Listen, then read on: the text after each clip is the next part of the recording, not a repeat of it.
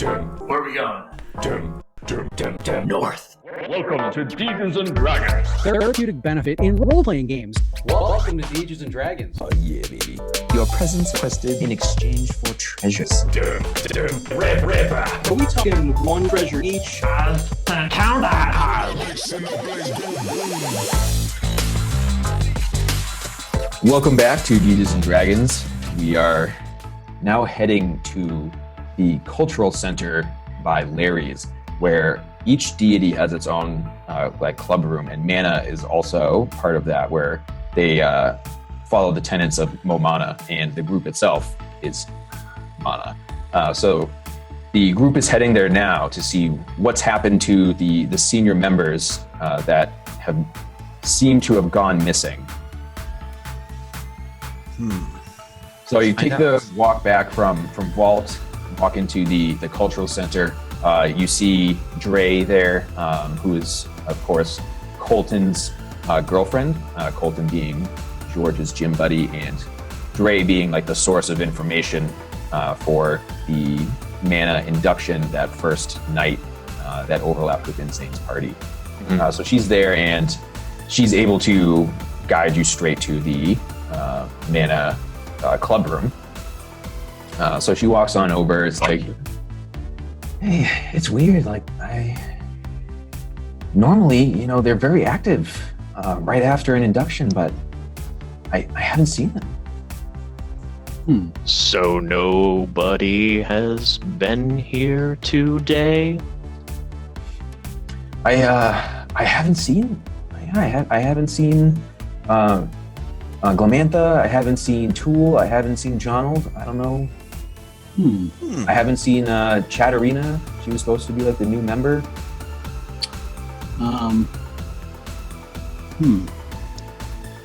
Where are we currently? Are we inside the clubhouse? Yeah. So you're in like the hub center, and you're just outside of like the club room. Let's go inside. Okay, so she opens it up. All the lights are off, and you see that there's a similar like hatch in the floor as to like what you've seen before, but this one was not closed all the way. Okay. Interesting. Suspicious. And through the blueprints, we know this is the one that connects to vaults. Does it connect anywhere else? And it connects to like the very center of campus. Okay. So, I guess we're going underground again. Like a bunch of heroes. Let's do it. Heroes. So yeah, I'll go over. I'll open up the latch. I'm assuming it's dark down there, so I will ask for some lighted assistance. Beep boop just lands on your shoulder. All right. Beep boop. Beep boop. And yeah, I'll lead the group and head down. All right, Okay. go down. So you descend, and the architecture is identical to the other tunnel. The difference here is there isn't dust anywhere. Like, this has been actively used. Heavily traveled, yep. Yeah, and heavily traveled. So you make your way in, and you start heading. There's actually like pretty quickly there's a split where you can head north, or you can head east to where like from the blueprints and whatnot, that vault is to the east, while the center of campus is to the north. Okay, so Who yeah, knows we in the definitely want to. Vault is the residential area that we were in previously. Yeah. Where they were all living.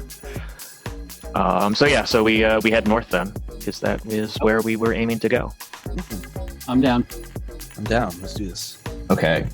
So you start to head north, and you actually can see that there is light ahead of you, and that kind of gives pause for the moment. Yeah. Unless you want to just charge toward it, but I assume. No, yeah, we should. Combat. Are any of us? Oh, Jenkins!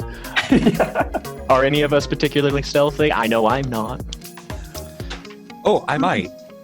I have body agility 2. Yeah, I'm not. Body agility 3. So I mean, I have done my fair share of equivalent of paintball games. Well, look, a Mr. Overachiever over here.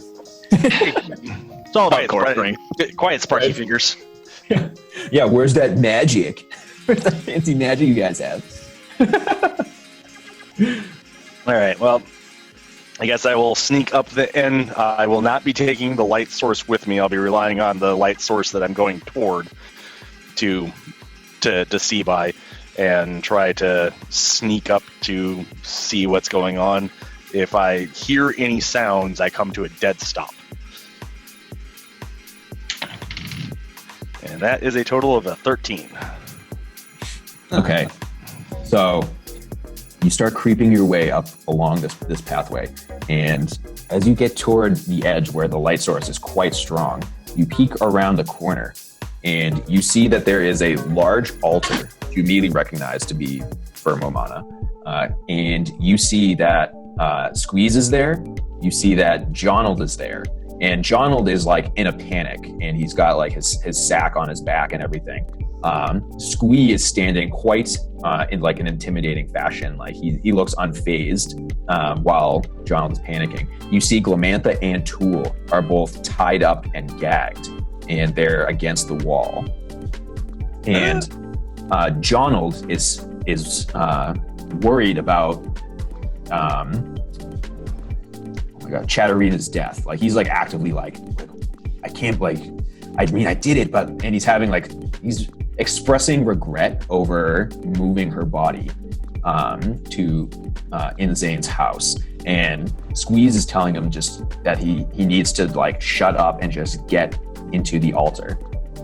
Into the altar? Mm-hmm. Not onto, but into the altar. Yes.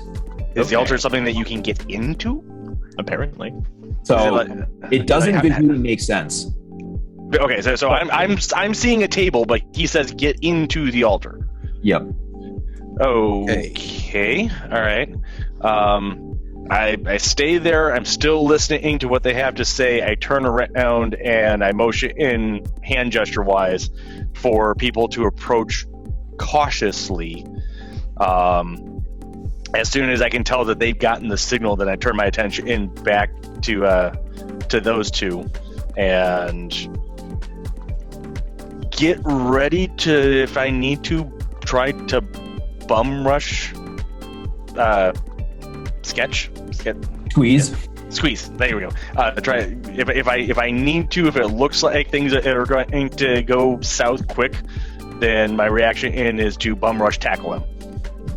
Out of curiosity, I'm sure Iron will see this as he approaches. But is there any other entrances or exits in this room, or is what we're in the only way out of this chamber? Nope. There's another closed door off to the right side. So there's like Tool, Glamantha against the wall, like off to your right, and then a bit further, like closer to you, but still like next to them is a door that's closed. Okay. All right. Well, then I wait for the other people to approach, and hopefully everybody can be sneaky. Oh, I'm supposed to get close. All right. I'll do my best. Let's all roll. Close. Okay. I don't expect this to work. I'm going to spend a stamina because I don't want to get killed. So we would use a stamina point for this? Yeah. Okay. Or if you want to. Stamina, so... Oh, I do. Plus 2. That's 13. Oh, snap. Okay. Hold on. I need to find out... Do I increase before or after I add mine? Let's see. So, I got 13 times 50%. That's... 19? Yeah. I got 19. Iron got an 18. Cool. I got a 4. Oh. You guys. Iron steps on your tail and you bark. The three of you are so stealthy. Like, you couldn't have been stealthier. Like, And I somehow find a whole bunch of pots and pans Yeah. and stumble over them. Yeah, so somehow one the twig. 8-foot, 300-pound lizard man is stealthier than the little dog dude. If So you all- think little thoughts. all three of you, like, get right up there. And at that point, Tomato's cell phone on full volume just starts going off. I'm The dog's out.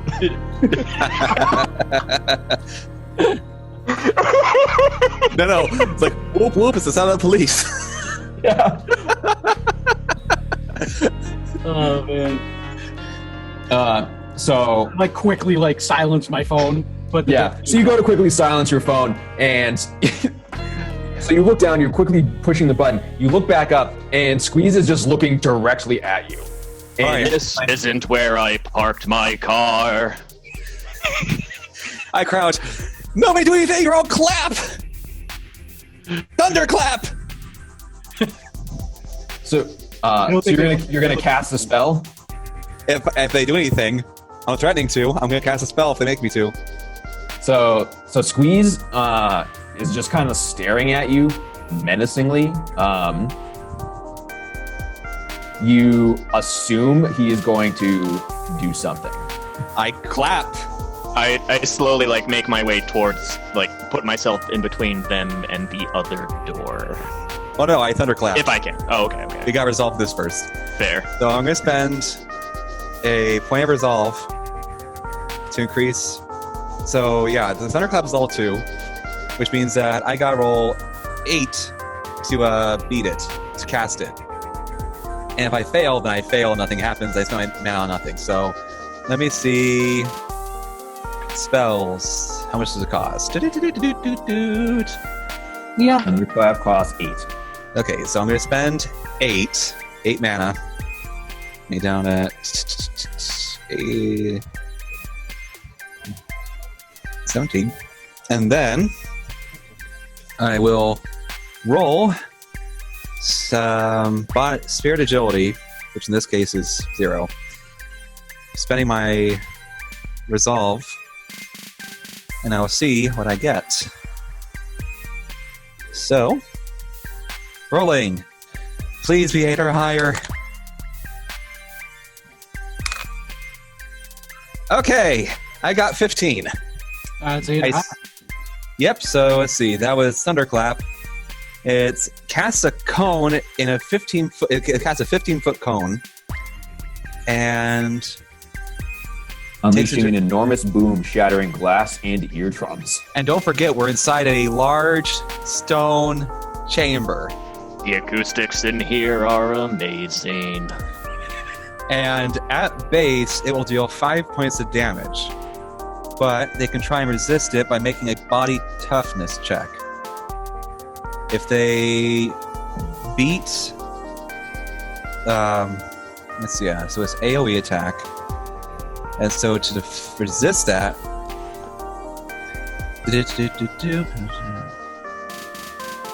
Okay, so... Got a 9 and a 6. AoE attacks make a check to try and negate any incoming damage. Being the first leftmost number of AoE halves the damage, while being the second counts as fleeing the danger zone. Some weapons missing a score are either impossible to have the damage for or impossible to dodge altogether.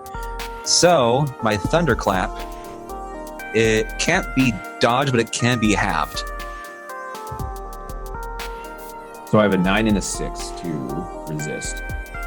Alright. So 9 being Squeeze and 6 being John. Okay, so Squeeze takes half damage, the other person takes full damage. Okay, so 2 and 5. Mm-hmm.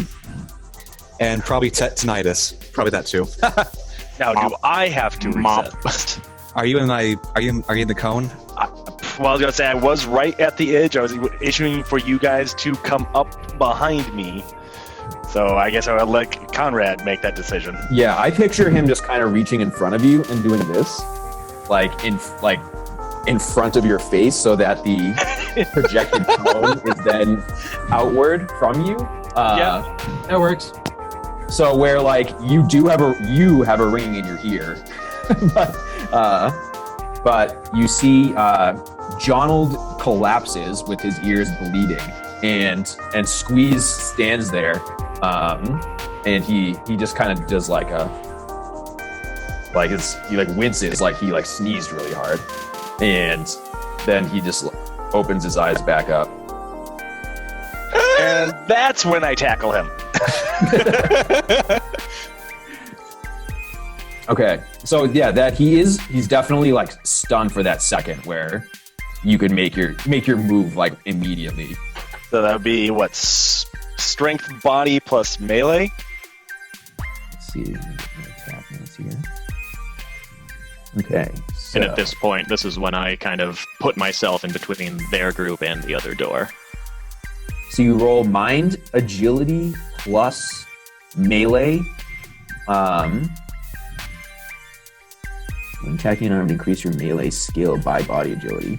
So because you're specifically attacking unarmed, you're going to have a plus 8 to your melee skill. Right, so body agility plus melee, 3 plus 5 for 8. So that's what I'm rolling? Oh yes, yeah. Sorry, I was, I was like, what? I was gonna say, you said mind. You said mind agility in there too, and it's like, well, it's a 0, so it's not going to matter. But okay, Yeah. all right. So that would be a total of 14.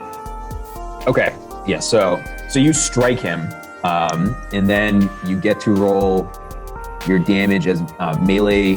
So body strength, and you get to add body toughness as well. So a D12 plus 5, Sure. Yeah. and this is the amount of damage that I'm dealing compared to the 2 points and 5 points that the thunderclap did. Yeah. You're really Okay. strong. I'm not a great guess so. magician. So that's a total of 12. Wow. Yeah. So in that moment where he it looks like he sneezed really hard, he goes to open his eyes angrily, and the moment that happens, your iron fist just is connecting him. Campus police! And you take him straight down, and so he just goes down. You go right on top of him and pin him down where there's 0 resistance, and he's just conscious enough. Yeah, so he's down and restrained. Jonold is on the ground with his ears bleeding, and Tool and Glamantha are both tied up against the wall. So I'll restrain the other one on the ground, and I'll point over to either Tomato or Swift to undo the bindings and the gags for the 2 folks tied up.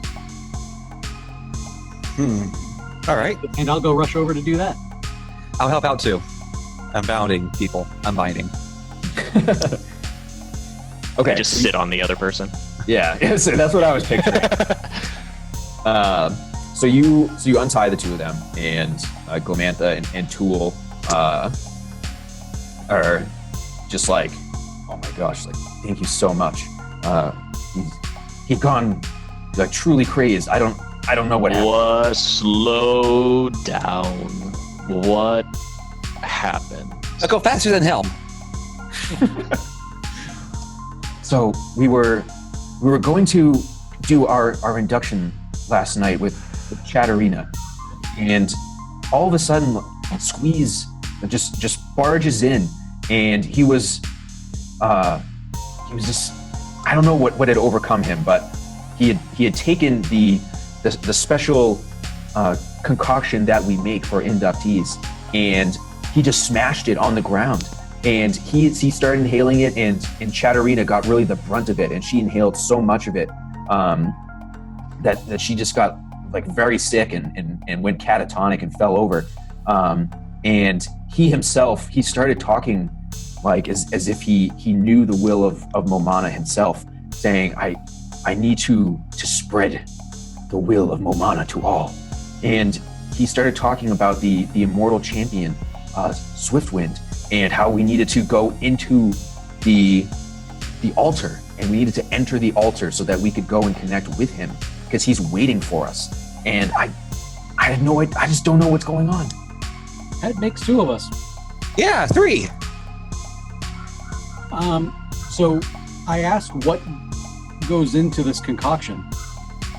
So it's a number of different chemicals that cause a form of sedation, but also definitely mind altering experience, where having too much of it though, your body would definitely reject it, and so basically what happened to her is she almost immediately became unconscious fell back, bumped her head, and then she like choked. And he didn't care about that and was just like physically grabbing the other members, and he ended up tying them up. And then when he came to, he was saying that he needed to bring the body elsewhere and that Momana couldn't be complicit in this act. So this was death by negligence? Kind of what I mean, kind of an accident that she got hit too hard with it? That's what I think happened. Is the Wow. one I'm sitting on saying anything? Oh, he probably can't hear what's going on. Roll. So now roll the social. We did social agility and deceive. Right, to see if they're on the level.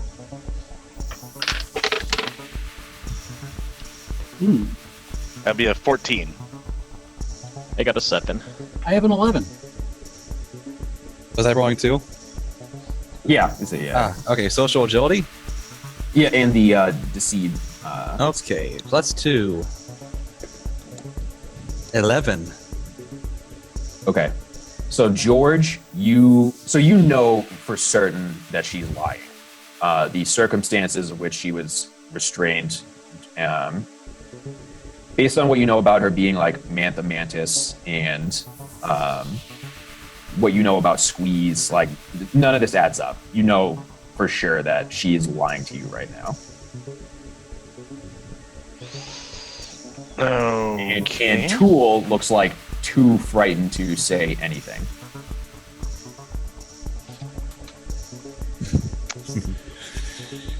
Oh boy. These are some of the best and worst liars I've ever met. No, also I'm gonna have Tomato roll mind agility as well as academics. Okay, so that would be a 9. Okay, so just because of like the way you think and stuff, thinking outside the box, you do think that the table altar thing actually could be a real portal. Okay. So I say that, I'm like, that there's a possibility that the altar might be that portal. There might be a way to get into it, like they were saying. It might not be something else. It could just be as simple as that. Do we know how? I don't. They might, and I point to the few people in the room that we barged in on. Oh, I can definitely help you with that. If you just put your hands on it and say mana, you will be able to use it. And what happens at that point? Then you will cross through the portal. Do I want to cross the portal? You will get to go to Momana's main temple. Okay. So, do we want to... Who wants to try it out first? Me! Alright. Do it up. This be exciting! I waltz over to the table and slap my hand down like it's on the Bible and I go, Mana! And the table lights up this like bright, like vibrant blue, and it encompasses you, and I'm you are- screaming. You're sucked in. Was not expecting that. That's why I'm screaming. Yep. You vanish. Am I dead? To be determined.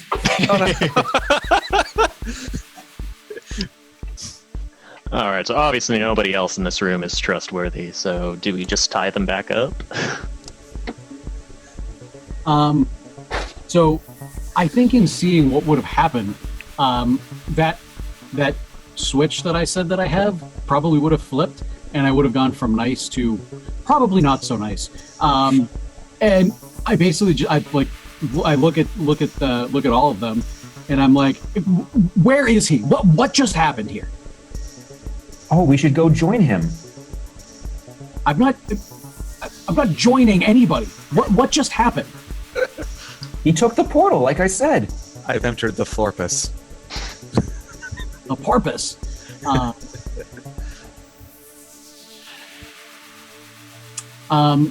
Do I have any sort of knowledge at all about any of this?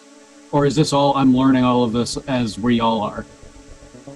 So the magic that for like whatever just happened is extremely high level. Like you can tell like visually and from what you've studied, where you all know about arcane and stuff. This is some like very powerful magic that's occurred here. Yeah.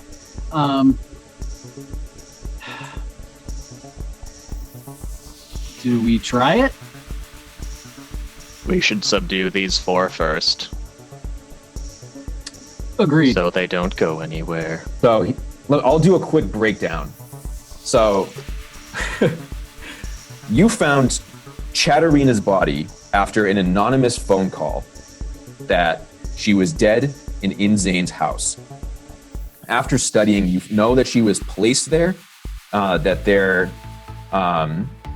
was hallucinogen like in her gastric acids.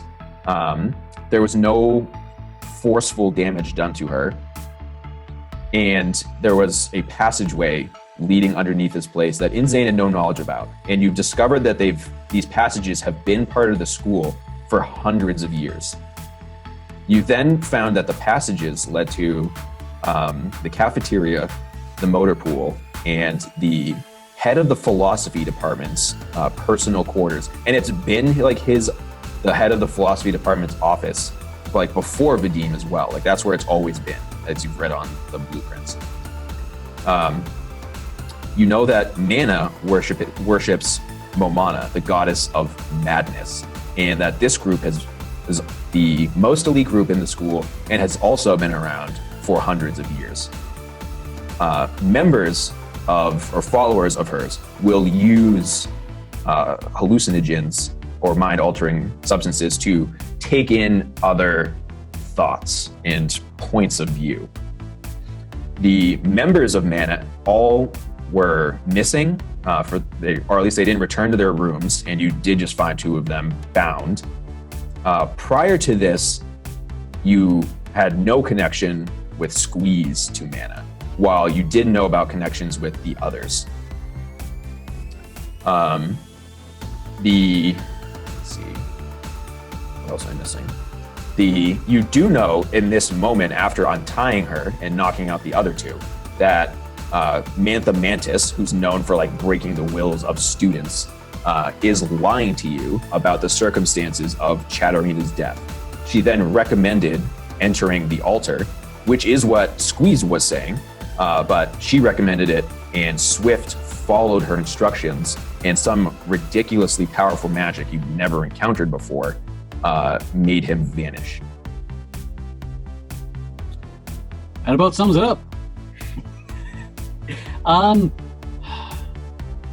So I'm assuming that the people that didn't go home last night were either here in the room or through this portal.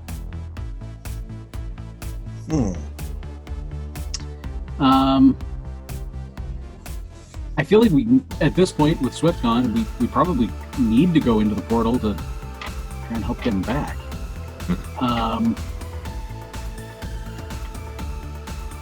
But I feel we should still subdue them before we do that, so they don't go away. Oh, is the campus police with us right now?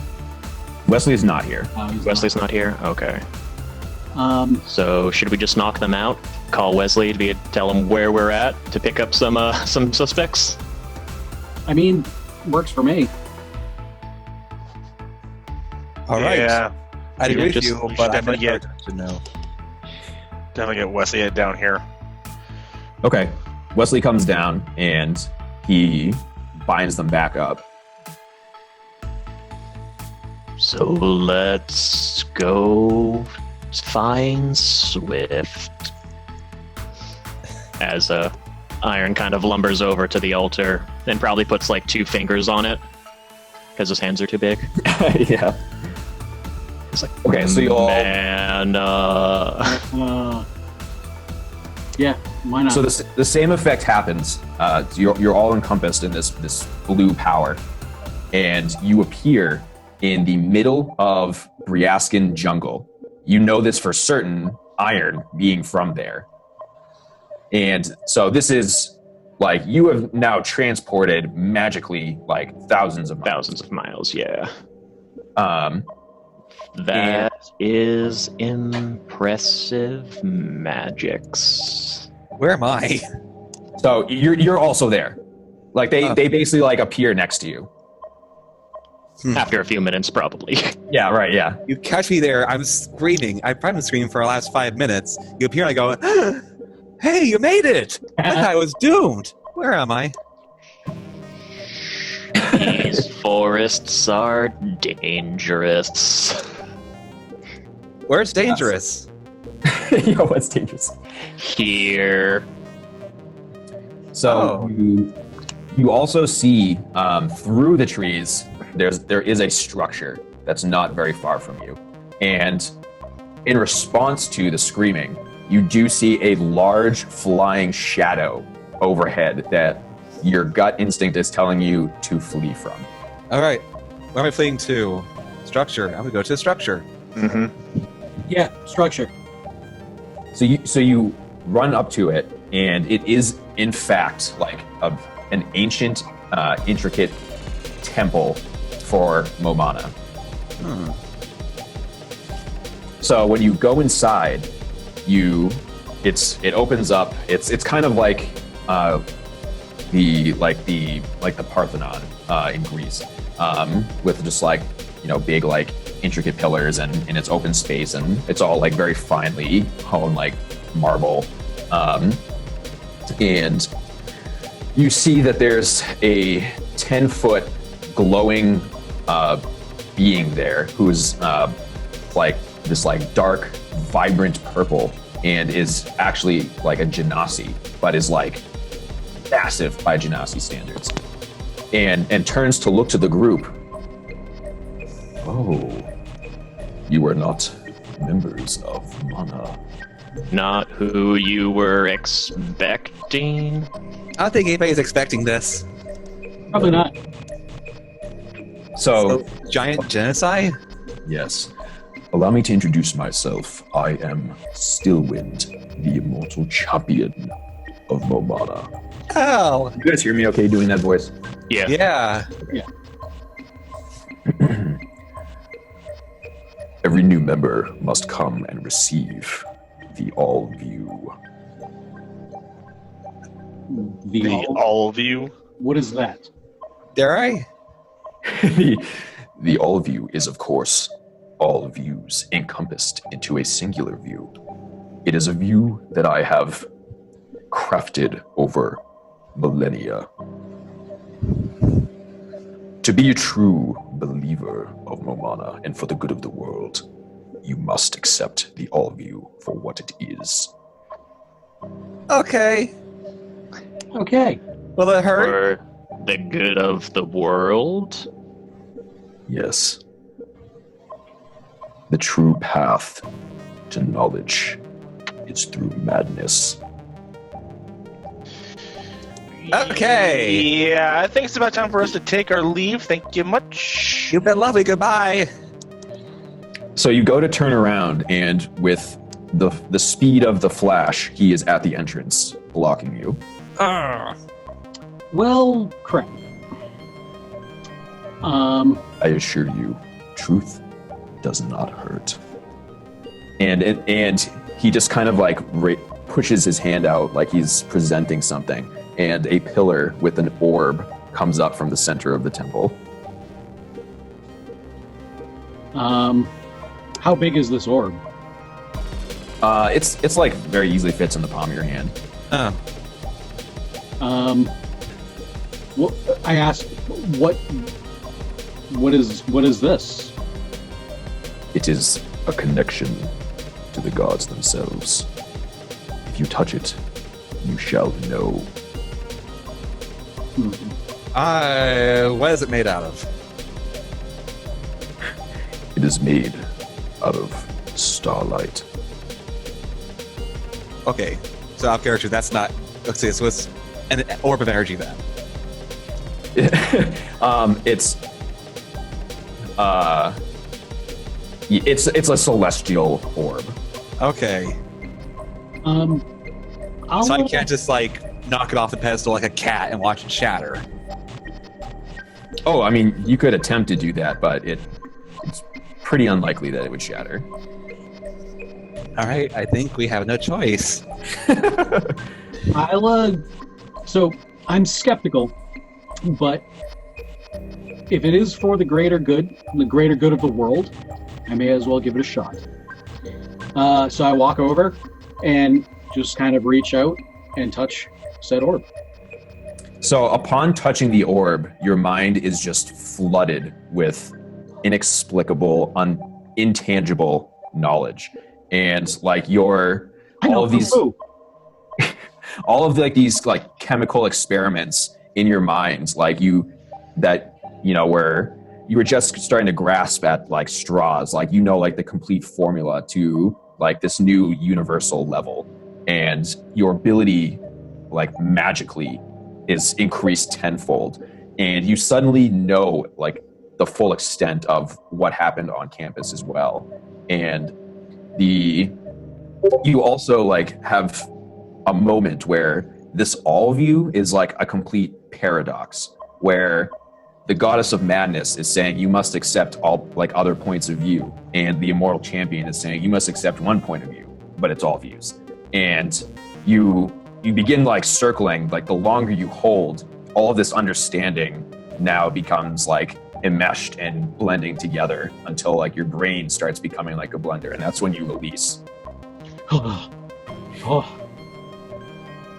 Well, are you Does he still with retain us? that knowledge after he releases? Yes. I know more than Kung Fu.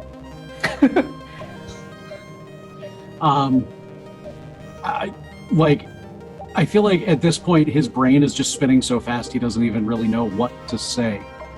He's just there processing this just wealth of information that is now taking up gray matter.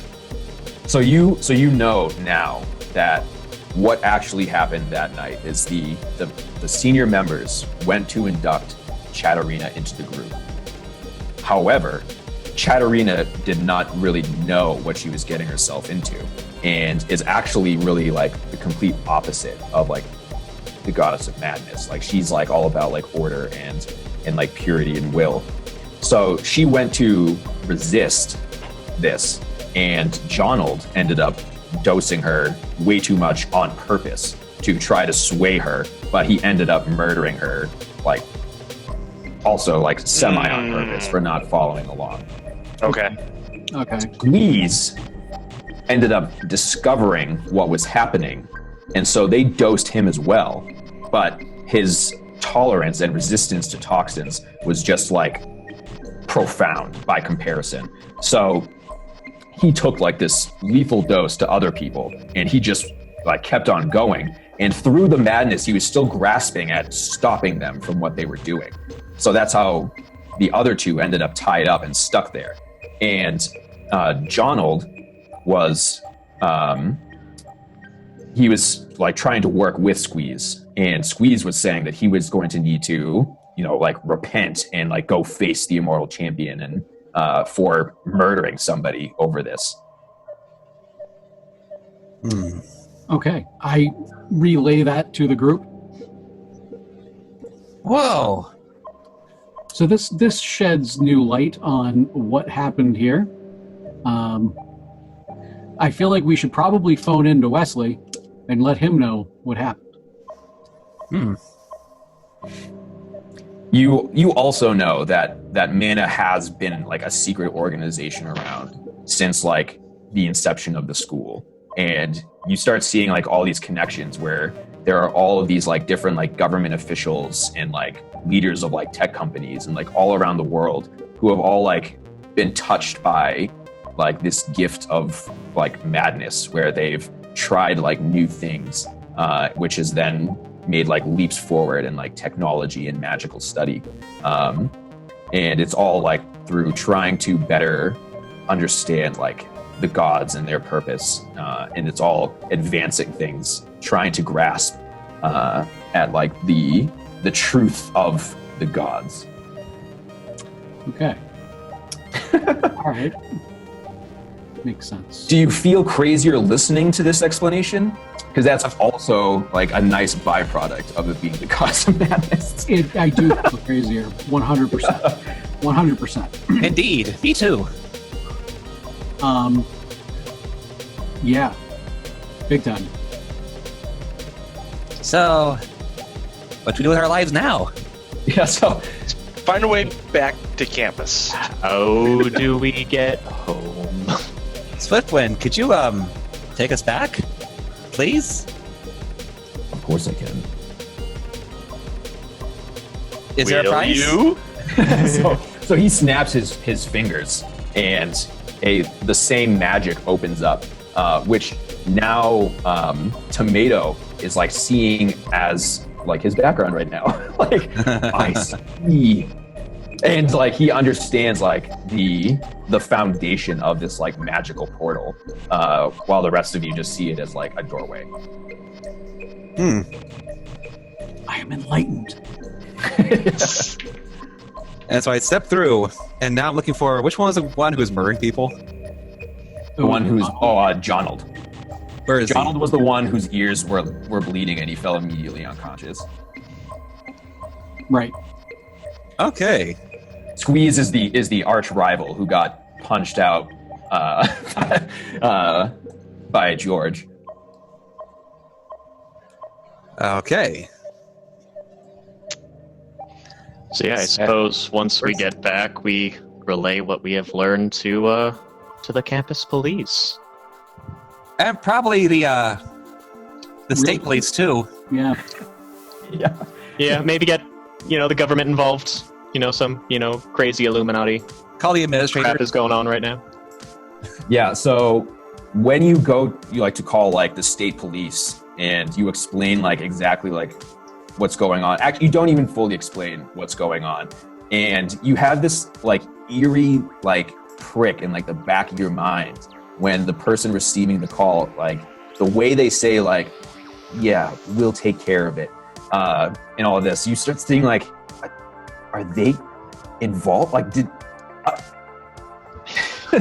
and you're now just wondering exactly who at some point was touched by this group mana, and even if they weren't directly, like who is indirectly influenced. And so the campus police show up, they make some arrests, and you wait the next day to read the news, and you just don't see anything related to Gomantha or Jonald or Chatterina anywhere. This obviously affects Swift. No, like he's crushed by everything. With the murders and the cover-ups and the lack of media attention. He's kind of, It basically feels like our world has been flipped upside down. he goes, you know what? I'm just going to go back to roller coasters. I'm going to create tools to help people escape reality. Distract them from the pain and the conspiracy theories. You almost feel like you now understand Vadim sitting in his chair, looking out the window, listening to the classical music. And yeah, You feel like you understand the people who have been broken by Glamantha. Maybe it wasn't her breaking them, but the will of her god. indeed. There's just so many new perspectives that you just could not have even pictured when you first set off on this adventure. Exactly. Yesterday, you got invited to a party. Today, You are enlightened. today, the world went from green to orange. Yeah, it very fast. The world we knew yesterday is not the world we know today. Nope. So, Moral of the story, When a giant purple man tells you to touch his ball, don't do it. Hitchhike home from the Amazon if you have to, but don't touch the purple man's balls.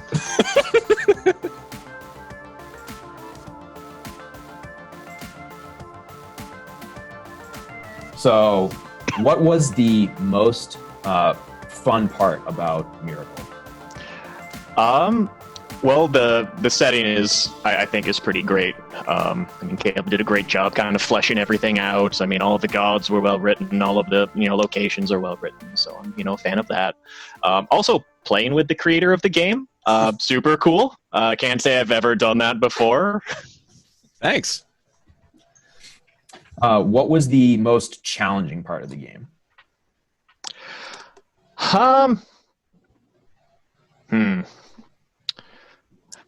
So, I guess slowing down. I mean, Dan can probably contest most of my characters that I tend to make are a little bit more spontaneous and. Well, you were just channeling quick. Bear. Yeah. So just slowing down, trying to just take the slow way around things, not just trying to think of the way, just go from the fastest point to A to B, but just like how can I take my time to get around these obstacles in the most patient and slow possible way.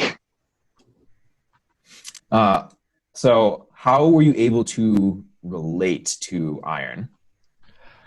Well, I have, as a retail / support person, I have been told numerous times that I have the patience of the gods.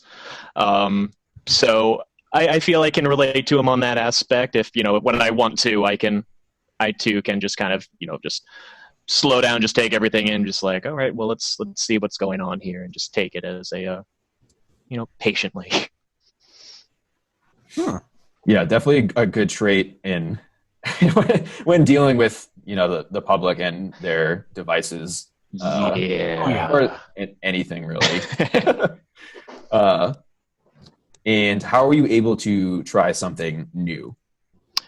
Well, gaming with the creator of the game, I think that's definitely a new experience for me. So once again, that was, I think, a really fun aspect of today's game.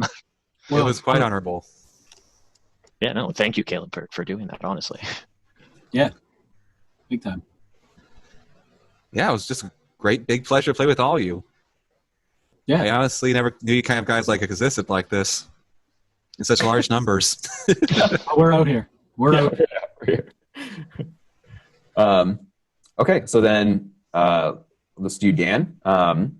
So what was the most fun aspect of Miracle for you?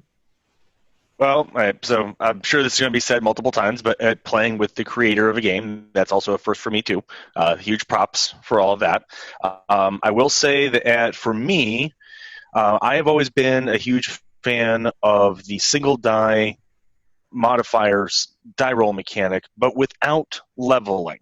And the first place that I saw it was in Fate or Fudge, which is used behind the Dresden file system. This one here also uses it as well. So you have the flexibility of building your character however you like, aka World of Darkness or Shadowrun, but you don't have to worry about having a huge dice pool that takes forever to calculate. You're rolling a single die and doing a little bit of math, aka D20. This splits the difference nicely for a game mechanic and allows for the best aspects of both. Awesome. That might be what was one of the best answers we've ever gotten. Indeed. I'm taking notes. Yeah. And what was the most challenging part of Miracle? Well, all right, so I'm going to preface this with the fact that prior to maybe about 45 minutes before we started, I had not seen anything more than my character sheet. So coming in totally fresh. I will say that looking at the character sheet and not necessarily having the book in front of me, having a very intuitive idea of the most important parts of my character that I would need to know, didn't immediately jump out at me. Like, for example, I didn't realize that stamina and focus and resolve and face were resources to be spent until it was actually talked about. Now, obviously, if I had read the book beforehand, that would have been something that popped up. But there's nothing on the character sheet that gives that indication. Like, for example, stamina, space, number. So stamina, space, /8. So a spot to be able to tick off my resource. I will say, having been a gamer since 1992, it's these little efficiencies that keep the momentum of the storytelling going, so that you don't have those pauses, like particularly right when everybody starts combat, that then slows everything down. You don't have the sudden drop going from narrative to game crunch. And you gotta say, now I realize that this is a very new system. Obviously, you put your heart and soul in it, and I definitely see a lot of potential here. But it's those little things. Like, you did a great job in choosing the 1 die plus modifier mechanic in order to help with that. The next thing I would say is a character sheet that, when people look at it, they have a more intuitive understanding of what parts are important. I totally agree. Yeah, and two, just like the format of the show is like, yeah, we wait till like things come up, basically. Like I'll do like a brief overview of rules, Sure. or like the first time it like comes up, like, here we go, like we'll do this, and that is I know that definitely does slow things down, obviously, but that is in part to create like genuine questions and stuff like this, like that actually. It's like, if you had known all that in advance, we wouldn't be getting this, like good feedback right now. Yeah, exactly. Feedback is great feedback. So I'm taking all this down to notes, and you're going to see changes in the future. Excellent. Cool. All right. So how are you able to relate to George? As a character, George was interesting. He's almost the exact opposite of me. I am not a sports fan. I am not a biologist. I'm not an athlete by any stretch of the imagination. And so I pretty much took everything about my own personality and tried to flip it on its head. Now, the personality aspects of being very arrogant, very alpha male, if this was a campaign that I knew was going to be going on for longer, I feel those personality traits would have shown up a bit more with reoccurring interactions with the NPCs. But with the PCs, I tried not to go so heavy-handed with that part. As for the general concept of a non-magic brawler, that's something that I'm actually currently doing right now in one of my other games, so it's very easy for me to just kind of shift gears a little bit. He's still intelligent, still thinks, but he also doesn't have the magic to work off of, so he has to rely on his own resources. Cool. And then that kind of connects directly into how are you able to try something new? Yeah, it's same idea as I usually play casters of some kind. So doing a more melee character is definitely something new for me. Doing a character that is very opposite of my own personality traits is new for me. It gave a good opportunity to test out those waters without having to commit to playing that particular character concept all the way through the course of a campaign. All right. Very cool. All right, Caleb, what was the most fun part of playing Miracle for you? Oh, I definitely like the. Honestly, I loved all the role playing. I think the funnest part was accidentally popping into the kitchen and having that whole fiasco with Pank and with the androids and everything else. It was honestly just a lot of fun getting to have character chemistry with everyone. So, all right, cool. What was the most challenging part of the game for you? Most challenging part. I have no idea. Actually, I think one of the challenging parts was trying to remember all my rules. It's been a while since I've looked at my character sheet. I spent as much time in the lore book as of recently. I just haven't been able to keep on top of everything. If I could, I probably should. It was kind of hard just navigating back and forth between the character between the everything else. In fact, yeah, the deceit thing, this deception skill, it was some of the skills weren't very properly named, and it'd be better if they were named more intuitively. All right. How are you able to relate to Swift? Swift. He ended up being kind of a lot like me. Definitely the sporadic kind of a goofball who, on the one hand, can be quite grounded at times, quite wise, likes poetry and art and everything else. There are times gets nervous and he starts acting funny in an embarrassing way. But he's definitely the kind of person to, enjoy a crowd at one moment, but at the next moment decide, you know what? I think I hate parties. I'm going to go outside and walk around barefoot. Yeah. So it was a lot of fun getting to channel my inner ADHD into that. And how were you able to try something new? I've never played a character who had all of his good scores put into just like one or two columns. So because I had so little to work with, it honestly inspired me to be creative and make the best of what I could with that. It was fun to play a magic caster who had no points towards magic, aside from just a school. So it's fun to see how that ended up working out. I think that about sums it up, guys. All right, cool. All right. All right. Thank you, everyone, for playing. Yes. Yeah, thank you. Caleb, thank you for taking the time in. We appreciate it. Oh, thank you for having me. It was just a lot of fun. Yes. Dan, you as well, man. Definitely appreciate it. Tony, you. No problem. Good to see you again, guys. Take it easy, and hopefully we'll have to do this again sometime soon.